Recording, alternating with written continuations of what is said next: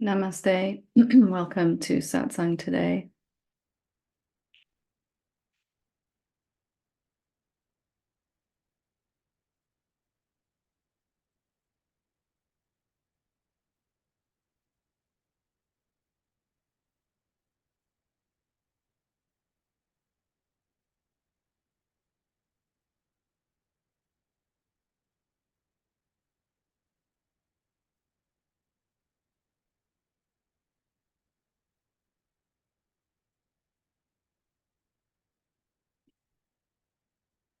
So today the subject kind of chose itself a couple of minutes ago. Lots of questions have been coming in about the legendary doer of actions, the separate sense of someone who is trying to achieve something. And even if we have seen clearly in our inquiry or just by spontaneous insight that there isn't really a separate being that is living in this body, then sometimes that idea of a separate person as someone can continue for quite some time in some areas. So there's this big sticky area for a lot of people, a lot of non-people. And that is this doer of actions. So, and in one particular way, I really want to sort of emphasize one aspect of it today, because it's also tripped me up for a very long time in my own awakening, and thought it might be useful to bring light to it and see if we can look at it clearer. So, even when we've seen that we're not a separate person, that we are one being experiencing itself as many different lifetimes, forms, and species, still for me, after having seen that, there is still this real strong sense of having to do this awakening, making sure I get it right. And all that comes with that. Am I doing the practices right? A lot of resistance I had to meditation, to contemplation, self-inquiry, resistance in every way possible, because the sense was that I had to make sure I get this right. I'm someone who's doing the practice to eventually arrive at some goal of recognizing I am the infinite self and seeing that so clearly that it permeates all of my life. And maybe you can feel this as well inside, that there's some sense of responsibility. I've got to get this right. And then some judgment, of course, from our mind that we're not doing it right, or that we are doing it right. And that kind of goes on for a while. But the one area really I wanted to expose today is this sense of control, because it really did, my imaginary separate self really did live in this place for a while, that I can control. Well, first of all, it was my whole world. I wanted to control my outer environment. Then I wanted to control my inner environment. And then it subtly shifted to being able to control the idea that I could control my spiritual awakening. And there was a lot of resistance to letting go of this idea. If I'm not a separate self, or a person, or a someone, if I'm not an object, I am that in which all objects appear, do I have any control in the way that my mind says I do? And perhaps even more importantly, can I even let go of control? And I wanted to bring this forward because time and time again, as it was for me, I hear people saying, I'm scared, this fear about letting go. I don't think I can let go, or surrender is another word that gets used, into that which is just always here. I feel like I'm the one who has to kind of let go of being a separate self and just allow the infinite self that I am, formless silence and stillness, to emerge.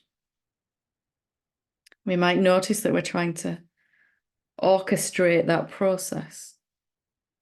Really, what's actually true is that we are just watching. from and as that infinite self. Thoughts thinking about control, and thoughts thinking about letting go, and thoughts thinking about whether it's safe to let go of control that never really was there. And in my own journey and everyone else's, I've noticed a tremendous amount of resistance to looking at this because it really strikes at the core of our identity, imagined identity as a someone. If I've never had control in the way that I think, at least, as a separate person, then everything that's ever happened for me up until this point that's gone right, I can't take credit for. I didn't make it happen as a separate person. But the other side of that coin, that dualistic coin, is everything that's ever gone wrong up until this point, including my awakening in every area of my life, I also can't take credit for or blame either. So mind says, well, I don't know if I can let go. And we let it speak through our mouth. We say, I'm not sure if it's safe to let go. Will my life continue in the same way if I'm not trying to control it? Who's going to feed the kids and do the school run and get to work on time and do the grocery shopping and all of that stuff if I'm not running my life as a separate person? And that seems like a really valid thing to worry about, doesn't it? I want to make sure I'm still going to care about my job or my marriage or my children or whatever it is that we don't feel whatever reason we're currently looking at as to why we can't let go. But the ultimate truth is that you never had control as a separate being. There's nothing to let go of. That is the illusion, right?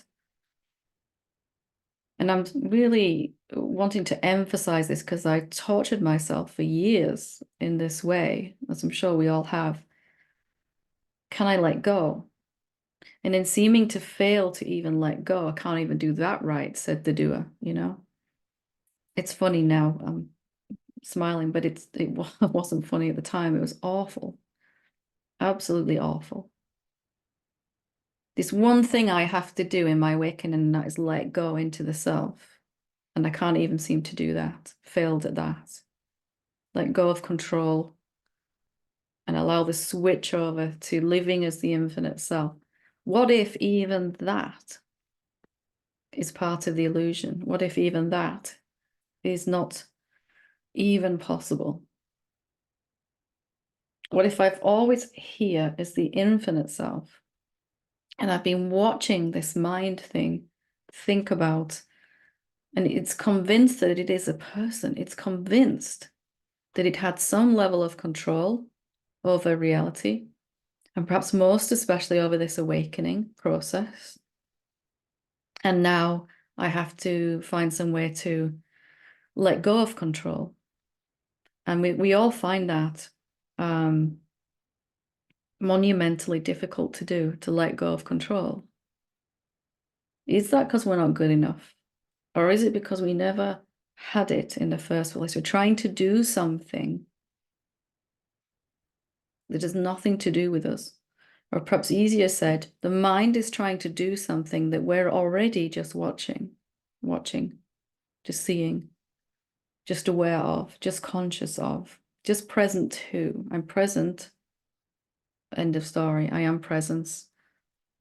And something in front of me is trying to do and undo control. What if that is the major thing to recognize? I can't let go because it isn't me. Just because thoughts say I and me and mine doesn't mean that it's got anything to do with us. We're just here, one being. Just the vast, formless, infinite space in which all these phenomena are appearing. What possible control could you have? Mind doesn't like this because it says, if I let go of being this way, I'm going to lose control. But you can't lose something that you never had. You're already that, in which the idea of control and letting go is being discussed on a level of thoughts. There's a debate going on, isn't there, inside the mind? A heated debate sometimes that we're just watching. And the only illusion to see is that we think we're in that debate. We think we're debating. And what if that's never been true? If we look right now, try to find a person that's holding on and that can let go. If it doesn't exist, it doesn't exist. We can't find it. There's an energy, a somethingness, a seekingness, an energy that's trying to surrender more, trying to let go.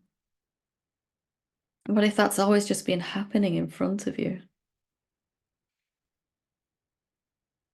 What if everything you've ever achieved was always going to happen and there never was a separate person that made it happen? And what if everything you never managed to achieve was never going to happen and there never was a person who failed at it? What does that mean then for your life, your awakening, your relationships, your career, your finances? If we've got to let go of some idea, my stomach's making funny noises. If we've got to let go of some idea, then it's going to get let go of. And there's nothing you can do about that. Just to see this angst, for me, it was always this tension in the solar plexus in the stomach, usually accompanied with a whole lot of indigestion and other things we do not need to go into. Tension and this fear. What happens when I let go? What happens when I let go? Will I be safe? Will I be able to manage my life? Will I be able to ad infinitum? All of this is from the idea that I had any control in the first place to let go of. Instead, we can see that we're just admitting the truth. I have always been just here as this formless infinite self. There's no switch over from small self to big self happening. It's not true. There's no change of identity happening. In the mind, maybe, but for you, it's just seeing who you've always been. You've always been this. You've always been that which is real and here and stable. Any process that seems to be going on is happening in front of you and not to you. And it's amazing to realize that this is just going to happen on its own. Cannot be stopped. This being awakening. Wherever control seems to be happening, thought will just go on a journey. Maybe I can let go of control. I think I'm letting go of control. Now I'm surrendering more. Now I'm being the self more. All of a commentary on what was totally untrue. The only thing that's true is that you exist. Everything else is what the mind is doing, what the body is doing. And the mind has 100 million ways to subtly try to do something. This one here that we're talking about today, is it safe for me to let go? Can I let go? It catches us all for quite some time. It certainly did for me. So over and over again, the awakening process for me came back to looking at if this has really got anything to do with me, this current thing that I think I'm trying to achieve. Is it on my to-do list as the infinite silence? If that's what I am, what remains for me to do? Do I even need my mind and body to see this clear? As the infinite self, the silence, the stillness, the presence. I'm here and I'm everywhere. Does it really matter so much whether one mind or body really gets this? Not so concerned from there. And of course, from there, then it has to happen. It was always going to happen. Just gets to be a bit clearer and a bit simpler and a bit easier. So what's your current problem and what are you trying to do about it? And do you believe it's you that's doing? Or maybe you're trying to undo something. The doer in reverse, you know? If I shift it into reverse and go backwards, it doesn't count as doing, the mind says. And if I'm undoing, you know, if I'm dissolving stuff, if I'm the dissolver of these karmic patterns, then that, you know, that's also another place we get stuck. So I just wanted to bring this forward because it's come up several times this week. And it's not a cop-out to realize, it's not an avoidance, to realize that I never had control of anything as a separate being. If you want to control something, control the whole universe. Let's at least be honest about that. Like, let's do it properly if we're going to do it. Don't just try to control one mind and body. And not as a separate being, oh God, now I've got to manage the whole universe, you know, but let's just be honest and say it's appearing inside us. And there's only one being, and it's not actually doing anything because it's formless and intangible. Doesn't have any hands to hold something or let it go even. Doesn't have any attachments or anything like that.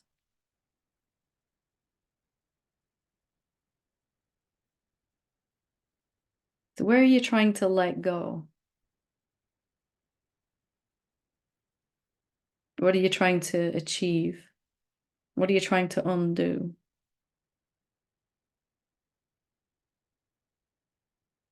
And are you willing to admit that that may be the greatest work of fiction you've ever entertained? Already free, you're already free. And of course, we would like certain parts of our life to be better and to be more abundant and more peaceful and all of that stuff. But can it really happen in the way that we want if we're insisting that we have to do it? And 99% of all thoughts that still persist in separation are around what we're trying to do or undo. Usually by this point, some kind of very subtle doer that's trying to get the spiritual practice right or trying to let go of something. So I wanted to speak about this because it was one of the most painful parts of my awakening. Don't remember much about it now, but I remember it was really, really awful. And for a long time, I couldn't see what was going on. Of course, all that I've just said isn't true either. I'm just here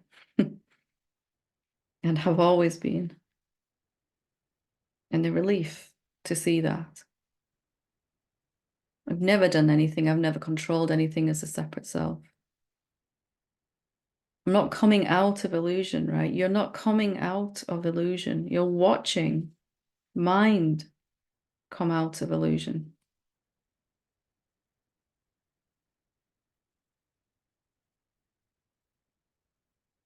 Already free. And that's the only thing that will ever be true, no matter what our mind says is going on. So maybe take a look at mind's to-do list today and see which one of those is yours, if any. So, never a popular message to the mind, but so popular for the infinite self. Mind could write a book, 100 million ways to free yourself from illusion. And the self's book would be 2 words. It would say, I am. Which one would you prefer? Okay, so I'm going to read some questions that have been sent in, see if I can get through 2 of them at least. And I'll take up to 4 questions on here. If anybody would like to ask, feel free to raise your hand. I'll come to you after I've answered these. Hi, Helen. I felt deep sorrow when I began to realize that I was not that person with whom I have been so intimate for so many years and love so much. It is very sad. Will you have any comments? Kind regards. Well, the bits that you love probably are still going to be there because those are coming from what is real, the real self. The bits that we don't love about being a separate being, imagining we are at least, is the bits that have fall away anyway. And when you say you feel deep sorrow, I felt deep sorrow when I began to realize. Who is it that's feeling the sorrow? Is it reality? Or is it this imaginary separate self again? For me, in my own journey, there was this period where it's like, I've wasted so much time. This part of me didn't want to let go of that separate sense of someone, that old identity. Another part of me was very willing to let it go because it thought it could. But it was also, I've wasted so much time, so much of my life I've wasted thinking I'm a separate being. Either side of that, right? I really don't, I feel deep sorrow in that. Or I can't wait to get rid of it because I've wasted so much time. Neither of those are true for you. You have always been reality. When you wake up from a dream at nighttime, do you feel bad for the characters in that dream? Do you still want whatever happened inside that dream? Do you feel a need to fix anything that was going on inside that dream at nighttime? Do you feel sorrowful when you wake up out of that dream, or is it just obvious it wasn't real? What if most of the dream at this point for us then is these subtle things like this? There's a real identification. I'm the one that's feeling sorry, sorrowful, that I have to let go of something. I have to let go of this person that I've been so intimate with. And I get it completely. I dragged my heels for so long, or something did, in this process. But all the stuff you love about being you, all the things that makes you unique, you will get to keep, and you'll actually even enjoy them more. What makes you you is not the separate being. It's the individual expression of the infinite consciousness. Individual, but not separate. Unique. A one-off. There will never be another individual expression of this like you. Ever. It's never going to happen because the universe is infinite. It can show up only once in the same way. Only once. And it will never be the same again. So awakening then became a celebration of individuality without the separation. How is it showing up here? What is it like to do here? What is it like to think about, talk about? And you get to keep all the good stuff and all the bad stuff, all the suffering, the capacity to suffer is gone as you let go. But this story you're telling here, are you the one feeling the sorrow? Are you lamenting letting go of this, or is it just not true? Are you already free? And watching some part of the imagined separate self want to keep a hold of another part, but it's all in the dream. It's happening in front of you, not to you. So hopefully that brings some clarity, but just see if it really is a bad thing. I'll read this one more and then I'll come to you, Angie. So, hi, Helen. I'm suffering from depression and a sense of feeling stuck.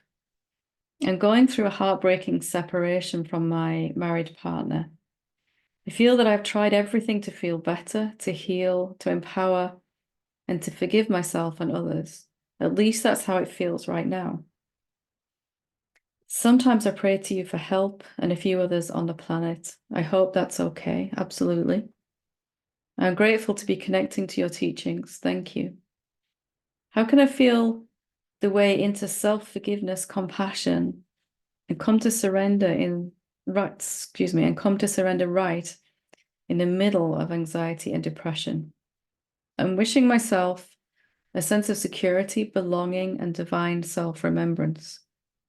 I'm wishing that this suffering and reflection somehow blesses everybody else, even if in a very small way. May everybody, without exception, feel totally safe, totally loved, and totally understood where they are at in life. Peace to all. Thank you very much. So, how can I feel the way into self-forgiveness and compassion and come to surrender right in the middle of anxiety and depression? Well, can you, let's just for a moment imagine right now you're feeling, maybe you are as you're listening, very anxious and depressed right now. Can you just be that? Can you be anxious and depressed? And when we ask that question, our mind is going to say, no, I don't want to be that because it feels bad. But what if it only feels bad because you're not fully giving it permission? If anxiety and depression want to be here, let me be that completely. That is how I'm appearing as the infinite self today. And even if something says, I just can't be that. That's how you're showing up as well today. So you're showing up as anxiety and depression and resistance. Can you be in resistance? Can you fully admit, I'm totally resisting this anxiety? You'll feel really good doing that. If you're scared, be scared. If you're depressed, be depressed. If you're resisting, really resist. Have at it, right? Be what you are. That doesn't mean be only the formless silence. It means be whichever way you're showing up right now. So diving into that, right? I remember one time I was really angry, like really angry. And I didn't want to be angry. I wanted to be more loving. And somehow, at some moment, I must have been open or something. There was this insight that to be more loving in that moment was to just be angry without telling myself I shouldn't feel that way. Yes, I would rather feel a different way, but the moment I had this understanding, this is what self-forgiveness and compassion is. I'm angry, or I'm depressed, or I'm ashamed, and I'm going to just be that. 100%, I'm going to be it. Don't like it, but I'm going to be it because it is what is here. And when you do that, you automatically lose the capacity to identify with it. It'll just be, well, there's fear, there's anxiety, there's anger, depression, whatever. And it'll be happening inside the compassion that is the real self, the forgiveness. Forgiveness is just an idea that you should not, unforgiveness is just an idea that you should not be feeling this way. It's never love or anxiety. It's always both love and anxiety, acceptance of myself and depression. And this is really important, really important. You've wished for everyone else what you're wanting for yourself, and that's beautiful. But will you do it for yourself now? Whatever you're feeling, the very next time a negative emotion arises for you, will you just be it? Without saying that you should be other than you are in this moment. I should not be feeling this. I should be more peaceful, more compassionate, more forgiving. Maybe that happens first while the emotion is still playing in the system. It's a simple thing, but it's fundamental, right, to awakening. And if there's a difference between an awakened being and someone who's still stuck in illusion, it is only that they cannot say they should be other than they are. Awakening peace and grief, awakening love and fear, anxiety. not or. And fundamental difference in how we look at it. So if you give that to yourself first and foremost, I'm going to feel what I feel. I'm not going to say that I should be other than this. Reality, for some reason, is showing up as this emotion right now in this body. Am I going to honor that, or am I going to argue with it? It's the arguing that feels so terrible about fear and shame and depression, not those things in and of themselves. So can you be depressed and peaceful? Absolutely. Can you be anxious and joyful? Absolutely. Mine will go no way, but just give it a try and see. Okay, we'll go to Angie when you're ready. Hi, Helen. Hi. Firstly, I really hope my internet holds out. It's a little bit intermittent. Fingers crossed. I'm a blubbering wreck at the moment. That's okay too. We can be that, right?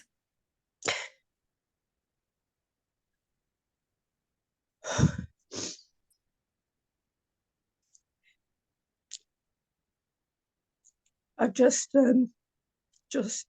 now had a verbal exchange with my two sisters, where I asked that they could be a bit less critical of me and a bit more sensitive. And I was on the receiving end of just an onslaught of like attack and accusations. And I absolutely know that this is a reflection of my own aggression and internal criticism.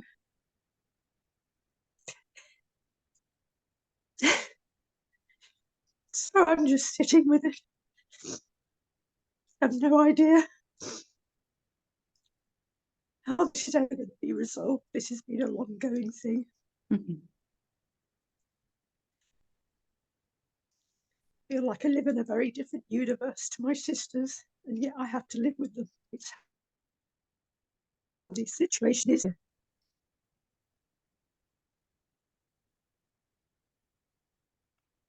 I'm just bringing it to the group. Yeah. As it is. And you accept that you have no idea how to fix this. Yeah, I do.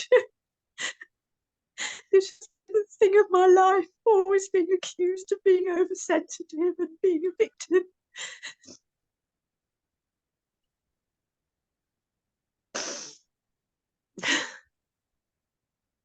What if you were to just, as much as you can in this moment, just to drop this idea that you have to fix this? Can you say that again, please? Yeah. What if you drop the idea now that because there's something going on for you that you'd like to be different, that much we're all accepting of. But can you feel some sense of personal responsibility that you've got to find out how that's going to happen, how that change is going to happen? There's some way to fix this, to change it, and I've got to find it. That's a heavy burden, isn't it? There's some truth in what you've just said, but it feels like it goes deeper. There's such a deep sense of being wrong. Wrong about I'm the problem. I'm the problem. Mm-hmm. What evidence have you got for that? What evidence can you use to back up that? Because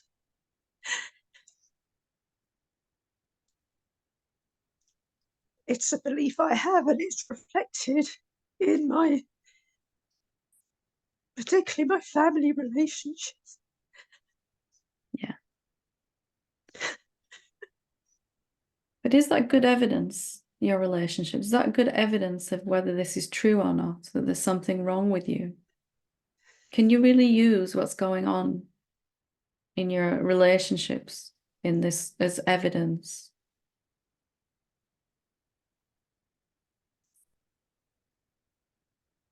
Do you want to continue looking, or do you just want to feel what you're feeling for a moment? I mean, my response to what you just said is I can't be any different to the way I am. Yeah. And the way I express myself, that it seems to invite this criticism and these put downs. So why believe this idea there's something wrong with you? Can you take other Because I'm being people? told it all the time. Yeah. But can that experience be any different with this belief being agreed with? If Can you there's say that again, somebody, please?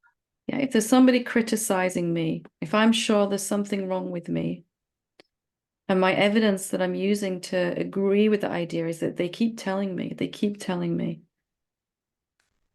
and I keep believing even more then, and then it keeps happening more. All we have to do is get to the point where we can admit there's no evidence for this. I cannot accept evidence from other beings about what is true for me. Because those other beings aren't really other. You feel that, right? Can you feel that? I can feel a little glimmer of freedom in what you've just said, and I'm not even sure where that came from, but I think it's something I need to If you were in a allow in. courtroom and somebody said something and they were going to use some evidence that obviously wasn't admissible as evidence to prove to get their conviction, you would stand up and say, that's not good evidence. That's coming from the thief himself, right? That's coming from the person on trial. Here, we're being even more insane. We're using evidence from beings that don't exist outside of us to keep believing this idea about ourselves. Just to let that hit you, right?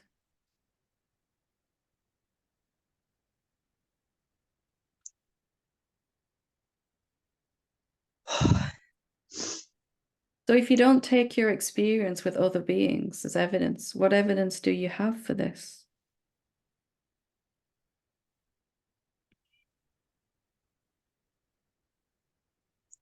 I was going to say the way I feel about myself. I mean, it's all getting into stories. And when you say other beings, these two are the only beings I have in my life. I literally have no contact with other beings. It's pretty intense.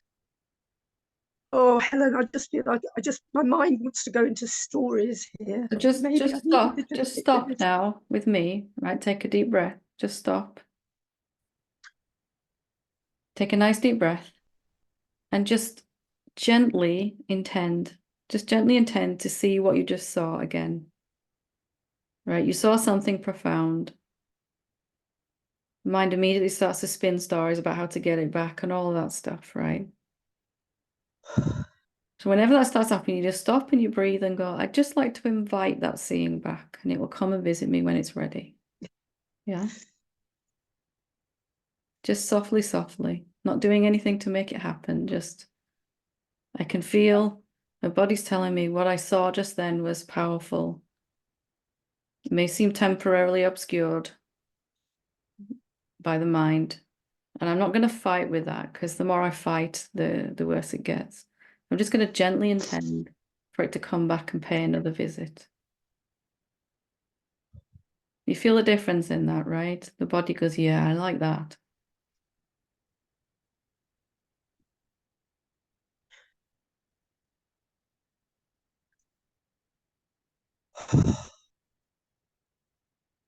You had a significant seeing then. Something is already moving. But just not trying hard to get it back. You had some seeing, and it's going to come and visit. And each time it comes to visit, it's going to stay longer and it's going to be even more obvious.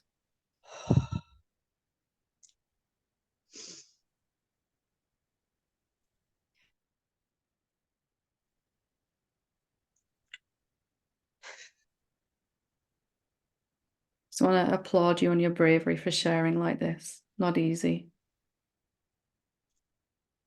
but so, so worth it. Love you lots. Okay, we'll go to Elaine.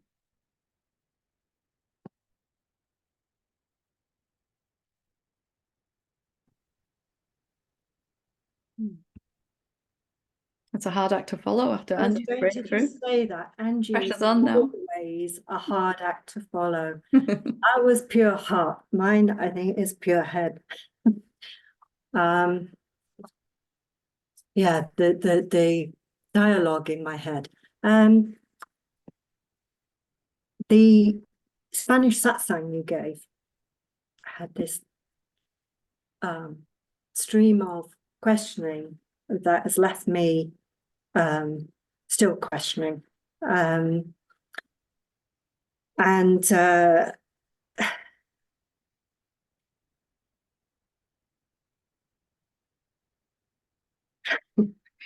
Angie is a hard act to follow. And this, I don't even know how to question. I've been trying to find what the question is, but we use it in some of these questions about consciousness and the self. You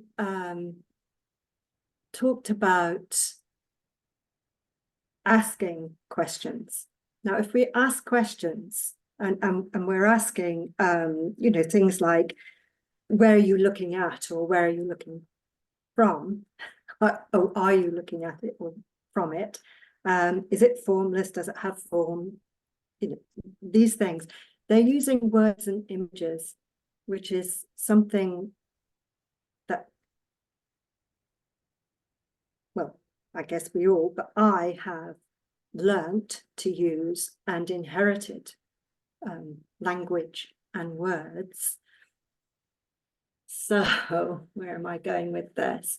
How do I know who's asking the damn questions when I'm asking? And these questions were all about this in that satsang. Yeah, it was pretty direct. And saying, no, you haven't answered. Give me an answer. So if I'm asking, then I'm looking at something. I'm not looking from it. Right? So who is if you're asking, you're looking at something, did you say? Yeah. And what is it you're looking at? Looking at who is asking the question. Because I often think that couldn't I be hoodwinked somewhere along the lines? You know, if I'm using words and language and imagery, that thoughts appear as, I've tried to think about how else thoughts might appear without words and language. And I'm asking questions about the self, I.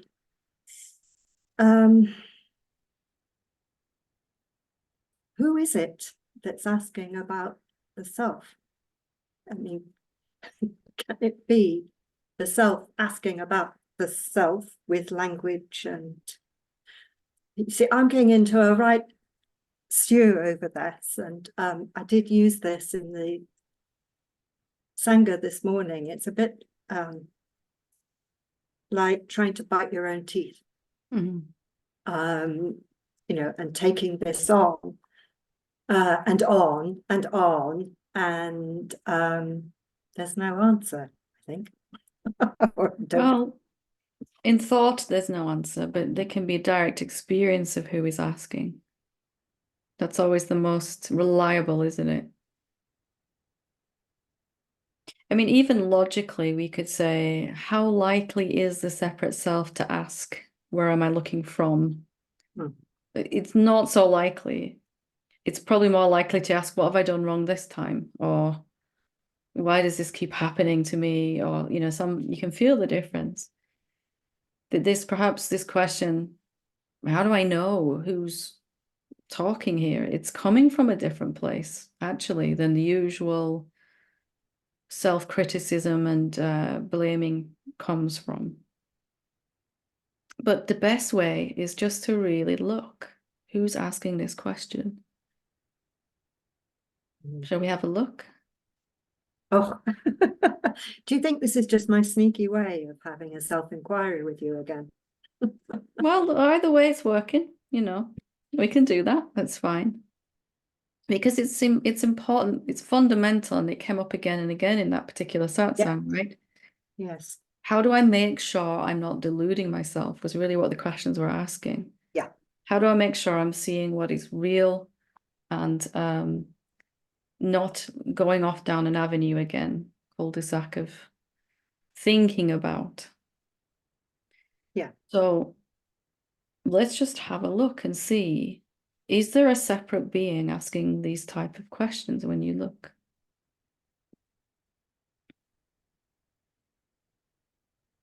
I think there is.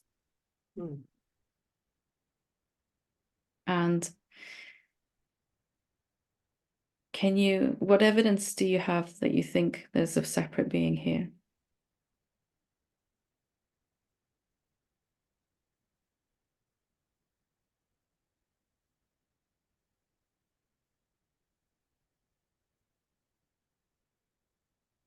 Okay, I've got flesh and bones.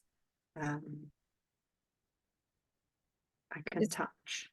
Human body here, that's for sure. Yeah. That much we're agreed upon. Yeah. But who's living in it? Is it a person or is it something else?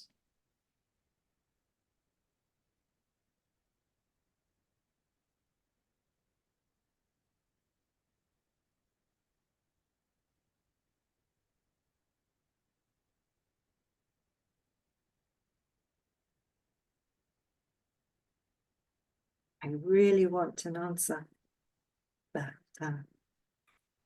yeah. But what? Finish that sentence? That'd be really exciting if you finish that sentence. Okay. I really want an answer,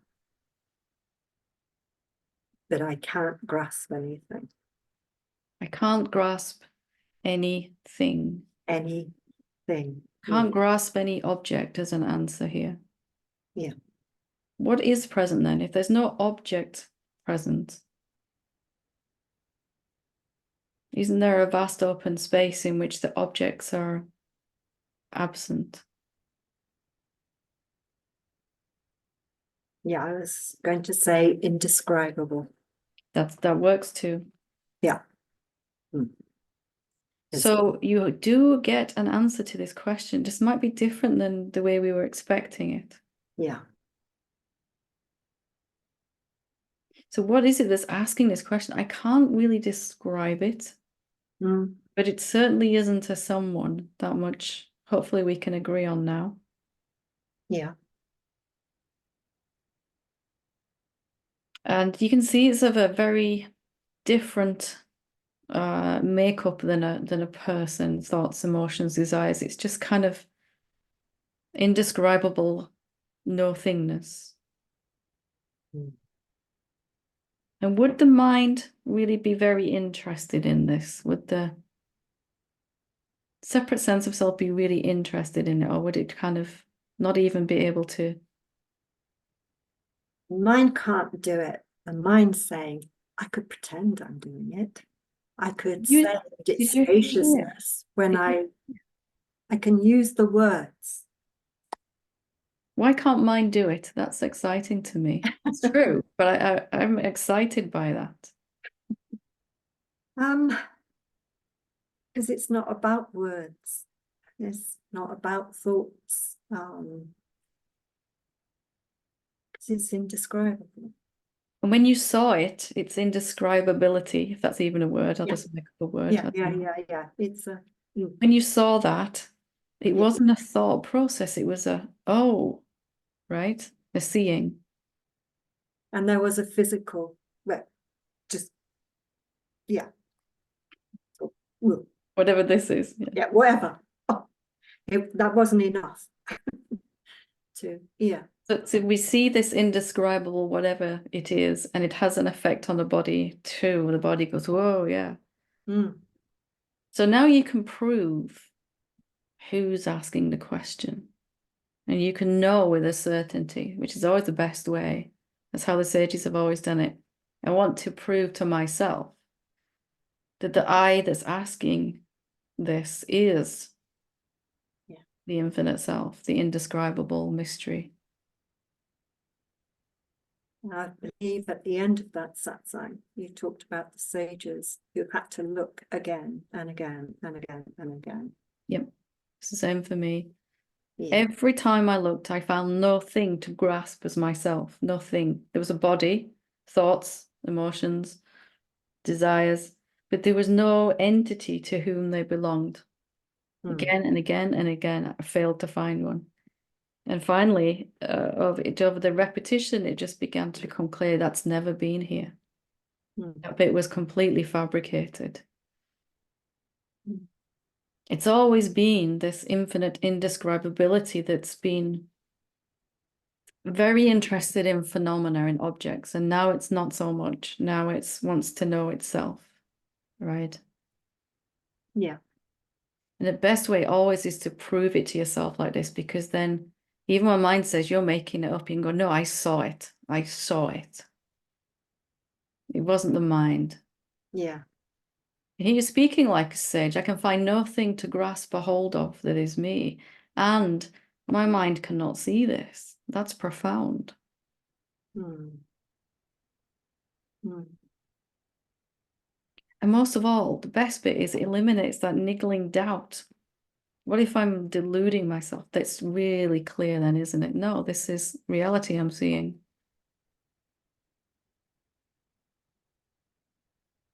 Yeah. Yeah. I needed the reminder and the self-inquiry. Thank you.